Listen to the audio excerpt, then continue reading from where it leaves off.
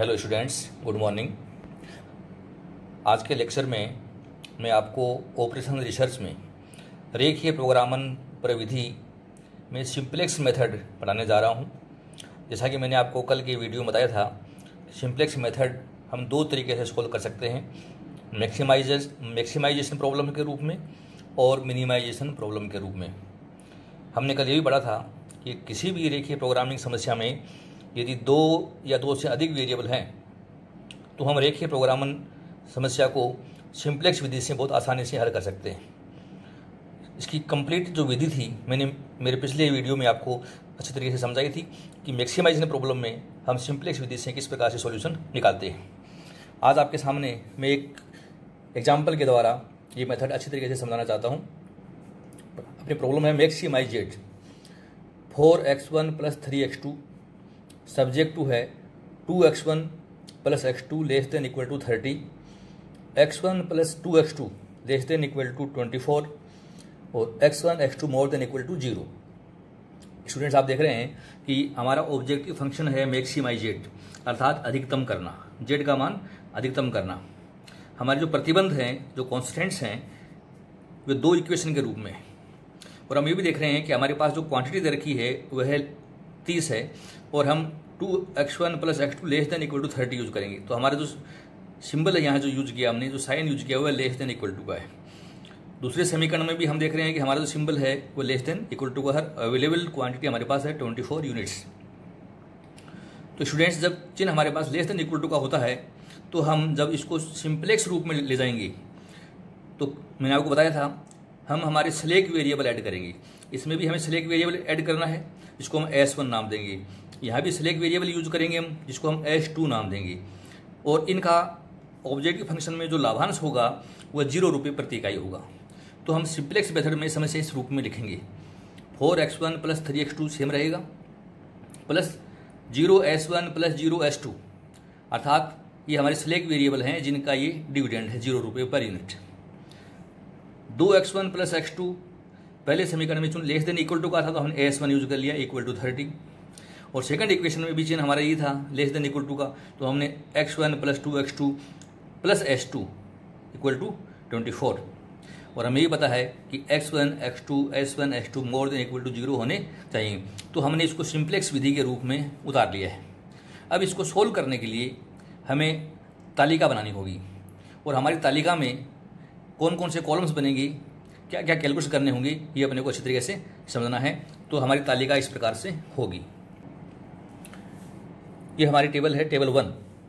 पहला कॉलम बनाया हमने प्रोग्राम वेरिएबल, अर्थात जो सिलेक्ट वेरिएबल हैं वो हमने ले लिए S1 और S2। सीजे में हमें यहाँ लेनी होती है लाभ की राशि, अर्थात हमारा जो डिविडेंड है वो लेंगे हम। तो S1 का 0 है, S2 का 0 है। क्वांटिटी जो हमें मात्राएं दे रखी हैं क्वेश्चन में, समीकरण फर्स्ट में 30 इकाई है, समीकरण सेकंड में 24 इकाई है।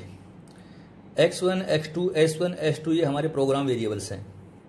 ये हमारे मेन वेरिएबल हैं, ये सिलेक्ट वेरिएबल है। इनका लाभ प्रति इकाई ऑब्जेक्टिव फंक्शन में दे रखा है, ये 4 रुपये है, ये 3 रुपये है, इसका 0 है, इसका 0 है। लास्ट में हम कॉलम बनाएंगे रेशियो का। एक कॉलम हमने बनाया है ZJ का। ZJ मीन्स अर्थात हमारे पास जो हर कॉलम में गुणांक हैं उनको CJ से गुणा करेंगे। जैसे मान लो यहाँ जो भी संख्या है उसको CJ से गुणा करेंगे, प्लस यहाँ जो संख्या है उसको CJ से गुणा करेंगे और उसका योग यहाँ आएगा। और उस योग को हम नेट इवैल्यूएशन रो में लेंगे। फॉर्मूला उसका होगा CJ - ZJ, अर्थात जो हमारा CJ हमने ज्ञात किया है, इधर देख रहे हैं ये CJ हमारे यहाँ 4 रुपये है, तो इस 4 रुपये में से हम यहाँ ZJ घटा देंगे तो ये नेट इवैल्यूएशन रो आएगी। और हमने जो कल मेथड पढ़ा था उसके अनुसार हम सवाल को सोल्व करेंगे। तो डियर स्टूडेंट्स, हमें इसमें गुणांक उतार के बता रहा हूँ आपको। आप देख रहे हैं कि हमारे क्वेश्चन में पहला गुणांक है इक्वेशन नंबर 1 में 2x1 2, तो ये पहला गुणांक में लिख दिया यहाँ पर 2 आपके सामने। फिर x2 का मान है 1, तो मैंने x2 में लिख दिया 1। S1 में भी 1, तो S1 में 1। S2 में पहले समय S2 है ही नहीं तो मैंने लिख दिया 0। मात्रा 30 थी तो मैंने यहाँ पर 30 लिख दी। समीकरण नंबर 2, x1 का गुणांक है 1, तो ये मैंने x1 में 1 लिख दिया। x2 का गुणांक है 2, तो मैंने ये x2 में 2 रख दिया। S2 का है 1, तो S2 में मैंने ये 1 रख दिया। S1 है नहीं तो मैंने 0 रख दिया। तो इस तरीके से मैंने तालिका के मान यहाँ उतार दिए। अब हम जेड जे का मान निकालेंगे। ये निकालने के लिए हम 2 को गुणा करेंगे इसके लाभांश से। तो स्टूडेंट देखिए इस प्रकार से 2 गुणा 0, 2 गुणा 0, फिर प्लस 1 गुणा 0, प्लस 1 गुणा 0, ऐसे हम निकालेंगे। तो 2 गुणा 0 0 और 1 गुणा 0 बराबर 0। तो हमारा पहला गुणांक जेड जे आया 0। अब हम दूसरा काम करेंगे, यहाँ इसके लिए निकालेंगे 1 गुणा 0, जैसे ये लिखा 1 गुणा 0, फिर 2 गुणा 0, तो 2 गुणा 0 और बराबर आया 0। तो हमने ये मान भी हमारा 0 आ गया। हम तीसरा निकालेंगे S1 के लिए 1 गुणा 0 प्लस 0 गुणा 0, जैसे 1 गुणा 0 प्लस 0 गुणा 0 बराबर 0। तो ये मान भी 0 आया। फिर हम S2 के लिए निकालेंगे 0 गुणा 0, 0 गुणा 0 प्लस 1 गुणा 0, तो ये भी आया 0। तो हमने 0 लिख दिया। तो इस तरीके से हम ये मान निकाल लेंगे। तो हमने प्रत्येक कोफिशिएंट को 0 से गुणा किया, अर्थात लाभांश से गुणा किया, इसको इससे किया और दोनों का योग करके हमने उतार दिया। तो ये जेड जे आ गया। अब हमें निकालना है सीजे माइनस जेड जे, अर्थात शुद्ध मूल्यांकन पंक्ति। ये हमें छांटनी है, नेट इवेल्यूशन रो। तो इसका फॉर्मूला है सीजे माइनस जेड जे। हमारा ये सीजे है 4 और ये है 0। 4 में से 0 गया 4, 3 में से 0 गया 3, 0 में से 0 गया 0 और 0 में से 0 गया 0। तो ये हमारी शुद्ध मूल्यांकन पंक्ति है। अब हमारा शुद्ध मूल्यांकन पंक्ति के अनुसार हमने इनिशियल टेबल बना ली और शुद्ध मूल्यांकन पंक्ति ज्ञात कर ली। अब हमारा सेकंड स्टेप है if there any positive entry in the net evaluation row. हमें ये देखना है कि हमारी शुद्ध मूल्यांकन पंक्ति में क्या कोई पॉजिटिव एंट्री है। यदि है तब तो हमें आगे बढ़ना है, और अगर नहीं है तो हमारा सॉल्यूशन आ गया। तो हम देख रहे हैं कि हमारी शुद्ध मूल्यांकन पंक्ति में पॉजिटिव एंट्री है 4 और 3। अब इनमें सबसे बड़ा मान है 4। तो जो 4 लिखा हुआ है ये हमारा की कॉलम कहलाएगा। हमारा जो 4 था ये सबसे बड़ा अंक था, तो ये की कॉलम है। मैंने इसको एक चिन्ह में डाल दिया है। अब हम निकालेंगे रेशियो। तो आपको मैंने रेशियो निकालने का तरीका बताया था कि quantity divide by coefficient of key column numbers, अर्थात की कॉलम में यहाँ 2 है, इसकी क्वांटिटी 30 है। 30 में हमने 2 का भाग दिया, तो 30/2, तो ये आया 15। 24 में 1 का भाग दिया तो आया 24। ये 2 ही संख्या हमारे पास है। तो हमने रेशियो निकाल ली। अब हमें लीस्ट पॉजिटिव रेशियो चुनना है। लीस्ट पॉजिटिव है 15, और 15 वाला जो रो है ये रो हमारी की रो कहलाएगी।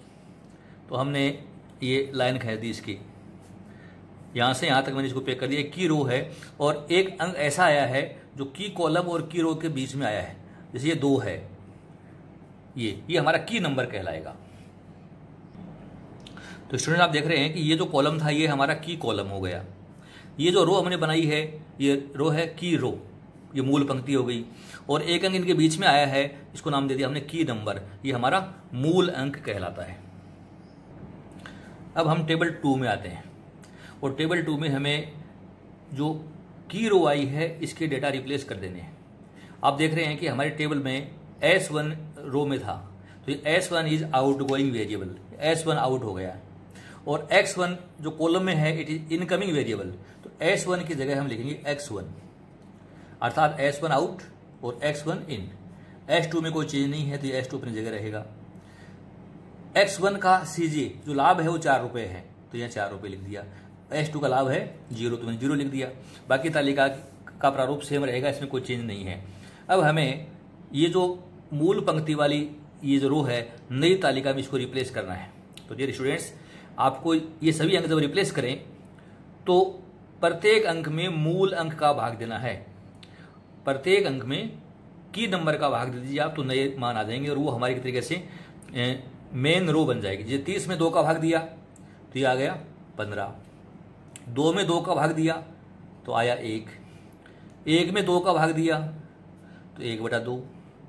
फिर 1 में हमने फिर 2 का भाग दिया तो 1/2, और 0 में हमने 2 का भाग दिया तो ये 0 माना जाएगा। तो ये हमारी संख्या बन गई। फिर मैंने आपको बताया कि हमारे मूल स्तंभ के अन्य सभी अंक जो हैं वह 0 हो जाएंगे। जेड जो को छोड़ दीजिए आप, बाकी सारे अंक हम 0 मानकर चलेंगे। अब तालिका में अन्य सभी अंक याद करने के लिए हम हमारा जो फॉर्मूला मैंने आपको कल बताया था वो यूज करेंगे। Old element minus corresponding element of key row into corresponding element of key column divide by key number. इस फॉर्मूले से हम सारे अंक निकालेंगे। तो कैसे निकालते हैं ये अपने को अच्छे तरीके से समझना है। पुरानी तालिका में जहाँ लिखा हुआ है 24, मैं यहाँ आ रहा हूँ 24 की जगह। 24 है ओल्ड एलिमेंट, की रो का नंबर है 30 और की कॉलम का है 1। तो 24 माइनस 30 गुना 1 और डिवाइड बाई 2, की नंबर है हमारा 2। हम इसको सोल्व कर लेंगे। तो हमने ओल्ड 24 में से घटा दिया, 30 गुना 1/9 तो बराबर 9 आ गया। तो ये 24 की जगह मैंने यहाँ पर लिख दिया 9।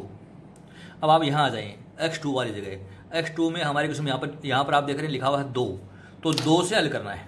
ओल्ड एलिमेंट इज 2 माइनस की रो का अंक 1 की कॉलम का 1 गुना 1/2 बराबर ये हो गया 1/2, 2 में से आधा गया तो 1 से 1/2 बराबर 3/2। तो ये मान हमारा 3/2 आ गया। अगला अंक है यहाँ पर ये खाली पड़ा है S1 में, तो यहाँ पर लिखा हुआ है 0। तो 0 माइनस 1 गुना 1/2, 0 माइनस 1 गुना 1/2 बराबर माइनस का 1/2। तो ये संख्या आई माइनस की 1/2। अब यहाँ आ जाइए, यहाँ 1 लिखा हुआ है। तो ये स्टूडेंट ध्यान रखना कि कॉलम में या की रो में यदि 0 है तो ये मूल जैसा अंक है ये वैसा का वैसा ही रहता है, इसमें नो चेंज आएगा। आप घटा के भी देखेंगे तो ये 1 है तो ये 1 का 1 ही रह जाएगा, क्योंकि 1 माइनस 1 गुना 0/0 तो 1 माइनस 0, तो ये 1 ही रह जाएगा। तो इस तरीके से हमने सारी संख्याएं छांट ली हैं। हमें छांटना है ZG। तो यहाँ गुणांक है आंसर में 1 और इसका लाभांश है 4। 1 गुना 4 4, 0 गुना 0 0, तो इनका योग किया तो 4 आया। इधर 4 गुना आधा तो ये हो गया 2, इसको गुना किया 0 से तो ये हुआ 0 और योग किया हमने तो ये 2 आया। देखिए आप इस प्रकार से निकाला हमने 4 गुना 1 प्लस 0 गुना 0, 0 गुना 0 तो ये आया 4, ये पहला वाला 4। आगे वाले में आ जाइए, हमने यहाँ देखा नंबर 2 में आधा गुना 4, तो आधा गुना 4 वो 3/2 गुना 0, ये 0 हो गया, ये हो गया 2, तो मैंने 2 लिख दिया। तीसरे में आ जाइए आप यहाँ पर, तीसरी हमारी संख्या ये है आधा गुना 4, 1/2 गुना 4 और ये है माइनस का 1/2 गुना 0, तो ये भी आ गया 2 आ गया। ठीक, इस बार ये निकाल लिया हमने 0 गुना 4 0, 1 गुना 0 0 योग किया तो ये 0, तो जेड जाया 4 2 2 और 0। अब हमें निकालना है CG माइनस ZG। हमारा CG है 3 में से गया 2 तो ये आया 1, 0 में से गया 2 ये आया माइनस के 2 और 0 में से गया 0 तो ये आया 0। तो इस तरीके से हमने ये संख्याएं छांट ली। अब स्टूडेंट्स हमें देखना है क्या हमारी शुद्ध मूल्यांकन पंक्ति में कोई पॉजिटिव एंट्री है। यदि है तो सबसे बड़ा पॉजिटिव अंक देखना है। तो हमारे पास पॉजिटिव एंट्री आ गई है, तो ये जब ये पॉजिटिव एंट्री आ गई तो ये हमारा शुद्ध मूल्यांकन पंक्ति के हिसाब से ये मूल स्तंभ बन गया। इट इज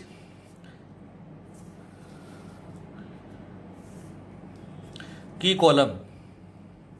हमने की कॉलम निकाल लिया है, ये हमारा की कॉलम बन गया। अब हम मूल स्तंभ की जो अंक हैं उनका क्वांटिटी वाले कॉलम भाग देंगे। जैसे 15 में आप आधा भाग दें, 15 गुना 2/1 कर दीजिए तो ये 30 हो गया। ये 15 में हमने भाग दिया आधे का, तो हम क्या करेंगे 15 गुना 2/1 तो बराबर ये 30 हो जाएगा। ठीक इसी प्रकार से आपको 9 में भाग देना है 3/2 का, 9 डिवाइडेड बाई 3/2 तो 9 गुना 2/3, तो 9 गुना 2/3 3 से 9 कट गए बराबर कितना आ गया, ये 6 आ गया। तो हमारा दूसरा जो अनुपात है ये आ गया 6। तो पहला रेशियो आता है 30, दूसरा आता है 6। हमें लिस्ट पॉजिटिव चुनना है, तो लिस्ट पॉजिटिव हमारा रेशियो है 6। तो हम इस लाइन को चुनेंगे, ये मूल पंक्ति है। तो क्वांटिटी से शुरू करिए आप, क्वांटिटी से और S2 तक आ जाइए, ये हमारी मूल पंक्ति बन गई। और इसके बीच में जो अंक आया है 3/2 ये मूल अंक हो गया। ये की नंबर आप ये देख रहे हैं, ये जो है ये हमारी की रो। तो इस तरीके से हमने सेकंड टेबल बना ली है। हमारे पास इस तालिका में भी हल नहीं आया है, तो डियर स्टूडेंट्स अब हमें थर्ड तालिका में जाना होगा। डियर स्टूडेंट्स अब समझिए आप, हमारी मूल पंक्ति थी इस तालिका में टेबल 2 में S2, ये आउट गोइंग वेरिएबल है, ये आउट हो गया और इसकी जगह है X2 आएगा। तो S2 की जगह आपको लिखना है X2 और इसके ऊपर X1 अपनी जगह रहेगा, इसमें कोई चेंज नहीं आना है। CJ देखना है, X1 का लाभ हमारी तालिका में 4 है, X2 का 3 है, तो ये CJ 4 है और ये 3 है। बाकी अंकों में कोई चेंज नहीं होना है। अब बॉडी ऑफ द टेबल में आपको आना है, क्या काम करना है, तो फिर हम आगे नियमों में आते हैं। हमारी मूल पंक्ति के सभी अंकों में आपको मूल अंक का भाग देना है। ये 9 है तो 9 में भाग दो 3 बटा 2 का, तो 9 गुणा 2/3 हो जाएंगे। 9 गुणा 2/3 तो बराबर 6, तो 9 की जगह हमें 6 रखने होंगे। 0 में आपको 3 बटा 2 का भाग देना है, तो ये 0 हो जाएगा। 3 बटा 2 में 3 बटा 2 का भाग देना है, तो ये 1 हो जाएगा। और माइनस का 1/2 में, जैसे मैं यहाँ लिख के बता रहा हूँ आपको, माइनस के 1/2 में भाग देना है 2/3 का, तो गुना 2/3। तो आप इसको 2 से 2 कट गया, आप देखिए ये आया माइनस का 1/3। तो अगली संख्या आई माइनस 1/3 और ये 1 है, इसमें भाग देना है 3/2 का, तो ये हो जाएगा 2/3। तो इस तरीके से हमने हमारी संख्याएं निकाली। अब मूल स्तंभ जो था हमारा की कॉलम, उसके अन्य प्रविष्टियां 0 हो जाएंगी, तो ये 0 हो गया। जेड जे मत छोड़िए आप, ये 0 हो गया। जेड जे को छोड़कर बाकी सभी जगह 0 आ जाएगा। इस तरीके से हल करना है।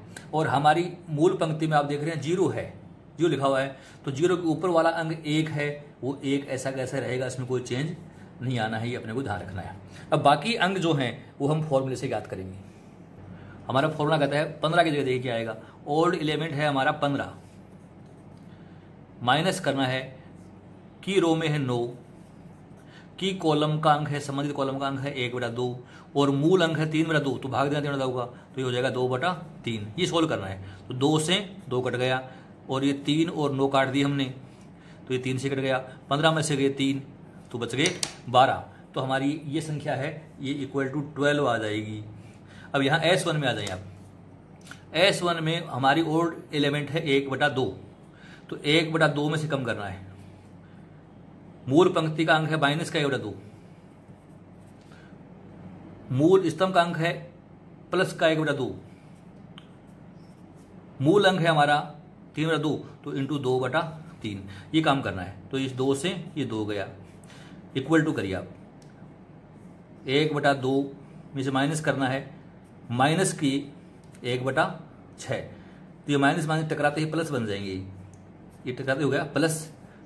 एलसीएम लिया मैंने 6 आया, तो ये आया 3 + 1 4/6 बराबर 2/3, तो मैंने उतार दिया है 2/3। ये हमने संख्या निकाल ली। अब हमारे पास S2 में यहाँ आप देख रहे हैं लिखा हुआ है इसके नीचे 0, तो 0 की जगह क्या आएगा, ओल्ड एलिमेंट 0, मूल पंक्ति में 1, मूल स्तंभ में है 1/2 और मूल अंक का भाग दिया तो आया 2/3, तो 0 माइनस 2 से 2 कट गए, 0 माइनस 1/3 इक्वल टू आता है माइनस का 1/3। तो ये संख्या हमारी माइनस में आएगी, -1/3। तो इस तरीके से हमने ये संख्या निकाल ली। हमें याद करना है जेड जे। आप देख रहे 4 गुणा 1, 4 गुणा 1 प्लस 0 गुणा 3, तो ये 4 और ये 0 बराबर आया 4, तो हमारी संख्या 4 आती है। तो मैंने यहाँ पर लिख दिया जेड जे बराबर 4। दूसरी में आ जाइए, इसके लिए 0 गुणा 4 और 1 गुणा 3, तो ये तो हो गया 0, ये हो गया 3, तो इक्वल टू 3। हमारा सेकंड जेड जे आया है 3। अब थर्ड में आ जाइए, थर्ड स्थिति हमारी 2/3 है हमारा, 2/3 इंटू 4 प्लस माइनस का 1/3 इंटू 3। हम इसको सोल्व करते हैं, तो इसको सोल्व किया तो यह 4 गुणा 2 8/3 और ये हो जाएगा माइनस के, और ये 3 से 3 कट गया, माइनस का 1 बराबर कर लीजिए। एलसीएम आया 3, 8 - 3 बराबर 5/3। तो ये हमारी संख्या भी 5/3 आ गया, 5/3। और लास्ट संख्या भी देखिए आप, यहाँ पर हमारा मान क्या आएगा, तरीका हमारा सेम यही रहेगा। ये माइनस के हैं तो माइनस का 1/3 इंटू 4, क्योंकि गुणांक 4 है, प्लस 2/3 गुणा 3। तो स्टूडेंट्स आप देखिए 3 से 3 कट गया है और ये संख्या है आपकी माइनस की, तो माइनस के 4/3 में प्लस करना है 2/1। एलसीएम लिया आया 3, ये माइनस के 4 प्लस 3 और ये 6 आ गया, तो प्लस की संख्या आगे 2, तो 2/3 आया प्लस का, तो हमारी ये संख्या आती है 2/3, 2/3। अब हमें शुद्ध मूल्यांकन पंक्ति याद करनी विद्यार्थियों। CJ माइनस ZJ, हमारा CJ है 4 और ZJ 4, तो 4 में 4 गया 0, 0 में से गया माइनस के 5/3, तो माइनस के बच गई 5/3, 0 में से गया 2/3, तो माइनस का 2/3। तो हम देख रहे हैं कि हमारी शुद्ध मूल्यांकन पंक्ति की सभी प्रविष्टियां 0 या नेगेटिव हो गई हैं, तो हमारा सॉल्यूशन आ गया। देखिए आप हमारा rule, are there any positive entry in the negative addition row, तो हमारा जवाब है no. Optimum solution is obtained, read the quantity column constants, अर्थात हमारा ऑप्टिमम सॉल्यूशन आ गया है और हम आंसर छांट सकते हैं। सो स्टूडेंट्स आंसर छांटिए आप। ऑप्टिमम सॉल्यूशन शो करती है टेबल हमारी, सभी प्रविष्टियां हमारी नेगेटिव या 0 हो गई हैं, तो x1 की हमें इकाइयां बनानी है 12 यूनिट्स, और profit at the rate of ₹4 बराबर 48 रुपीज, 48। x2 का आउटपुट देखिए आप, x2 आउटपुट करेंगे हम 6 इकाई, 6 यूनिट्स, और रेट है प्रॉफिट की 3 रुपया, तो ये हो गया 18, योग कर दीजिए, अर्थात हमारा CJ माइनस ZJ के हिसाब से जो कुल लाभ आता है वो आता है 66 रुपीज। टोटल प्रॉफिट है हमारा 66 रुपीज। तो इस तरीके से हम LP प्रोग्राम को सिंप्लेक्स विधि से सॉल्व करके दिखा सकते हैं। ये स्टूडेंट्स अब मैं संपूर्ण विधि आपको सार के रूप में बताना चाहता हूँ, ध्यान से सुनिएगा। सबसे पहला काम है सर्वप्रथम समस्या का निर्धारण करना व उद्देश्य फलन ज्ञात करना। नंबर 2, समीकरण की विसंगतियों को दूर करना, अर्थात अप्रयुक्त चरों का प्रयोग करना। तीसरा है प्रथम सिंप्लेक्स तालिका का निर्माण करना। फिर आता है ZJ का मूल्य ज्ञात करना। फिर शुद्ध मूल्यांकन पंक्ति अर्थात CJ माइनस ZJ का मूल्य ज्ञात करना। फिर आपको मूल स्तंभ का निर्धारण करना, फिर मूल पंक्ति ज्ञात करना, फिर मूल अंक ज्ञात करना। जो पंक्ति है मूल पंक्ति वो आउटगोइंग वेरिएबल होगा, वो जो मूल स्तंभ है वो इनकमिंग वेरिएबल होगा नई तालिका में, तो हमें इनको रिप्लेस करना। फिर हमें अन्य पंक्तियों के अंकों को निर्धारित करना, जिसका मैंने सूत्र बताया था आपको, old elements minus corresponding element of key row into corresponding element of key column divide by key number से हमें काम करना। हमें पुनः है नई तालिकाओं में CJ माइनस ZJ ज्ञात करना। जब तक कि सभी अंक 0 या माइनस नहीं हो जाएं हम ये काम करते रहेंगे। जब तक CJ माइनस ZJ की पंक्ति में अंक धनात्मक रहे तब तक हम उपयुक्त विधि से नवीन तालिकाएं बनाते रहेंगे, और जब CJ माइनस ZJ 0 या माइनस आ जाए तो हमारा अनुकूलतम हल प्रकट होता है। तो इस तरीके से आपको सिंप्लेक्स विधि के सवालों को सोल्व करना है। आप पुनः इस वीडियो को एक बार पूरा देखिए तो ये मेथड आपको अच्छी तरीके से समझ में आ जाएगा। अगले क्वेश्चन में हम इसको और नए तरीके से समझाने की कोशिश करेंगे और मिनिमाइजेशन मेथड से हम सिंप्लेक्स मेथड अगले क्वेश्चन में पढ़ेंगे। आपने ये लेक्चर ध्यान से सुना, आपको समझ में आया तो अपने साथियों के साथ इसको शेयर कीजिए, इसको लाइक कीजिए और मेरे चैनल को सब्सक्राइब कीजिए। बहुत बहुत धन्यवाद। Thank you so much.